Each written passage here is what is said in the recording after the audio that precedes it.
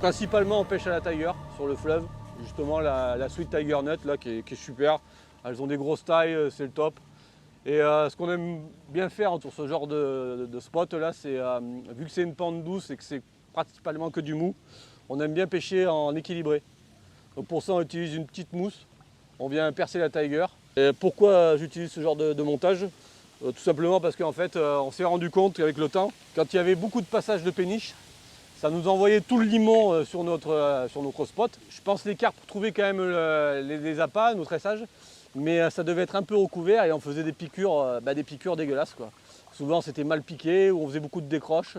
Et on s'est rendu compte qu'en pêchant en équilibré, je pense que quand les péniches devaient passer, ça doit se reposer délicatement sur le limon et être toujours nickel pêchant. Et c'est là qu'on fait en tout cas les meilleures piqûres et qu'on a le moins de taux de décroche. Et puis ouais, pour finir, ce qu'on aime bien, pratiquement tout le temps, c'est ce genre de petits bonbons en plus.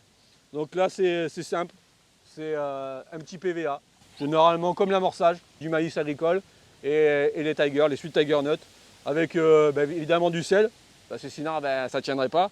Malheureusement on ne sait jamais où va finir notre amorçage, parce qu'il y a des fois le run est à 500 mètres cubes seconde, des fois il est à 1000, des fois il est à 2000 mètres cubes seconde.